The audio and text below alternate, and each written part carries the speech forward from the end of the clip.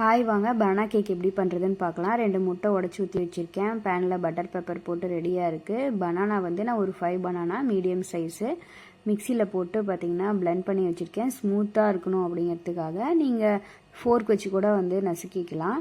1/2 cup sugar, 1 cup வந்தீங்கன்னா கோதுமை மாவு எடுத்து வச்சுருக்கேன். நீங்கள் மைதா மாவு வேணால் யூஸ் பண்ணிக்கலாம். 1/4 cup oil, vanilla essence, baking powder எல்லாமே ரெடியாக இருக்குது.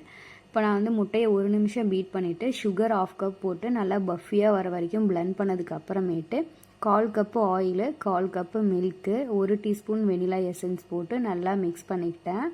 நல்லா மிக்ஸ் ஆனதுக்கு அப்புறமேட்டு நம்ம அரைச்சி வச்சுருக்கிற வாழைப்பழம் போட்டு மிக்ஸ் பண்ணிவிட்டு நம்ம மாவு சளிச்சு எடுத்துக்கணும். அது கூடவே 1 டீஸ்பூன் வந்து பேக்கிங் பவுடர் போட்டு நல்லா ஸ்பேட்சில் வச்சு மிக்ஸ் பண்ணியாச்சு கட்டி இல்லாமல். அதுக்கப்புறம் நட்ஸ் போட்டிருக்கேன் ஒரு ஃப்ளேவருக்காக. உங்களுக்கு வேணா நீங்கள் போட்டுக்கலாம், இல்லைன்னா அது வந்து வேணாம்.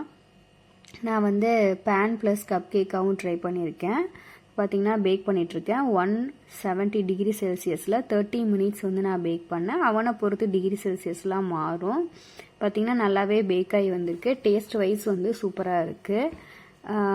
நல்லா பஃபியாகவும் இருக்குது.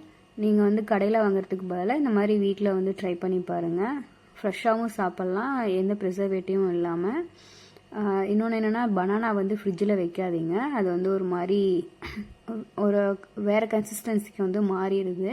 அதனால தான் நம்ம வீட்டில் இன்றைக்கி பனானா கேக் வந்து ட்ரை பண்ணியாச்சு. உங்களுக்கு உங்கள் ஃப்ரெண்ட்ஸ்க்கு வந்து ஷேர் பண்ணுங்கள். பிடிச்சிருந்தா சப்ஸ்கிரைப் பண்ணுங்கள். தேங்க்யூ ஃபார் வாட்சிங்.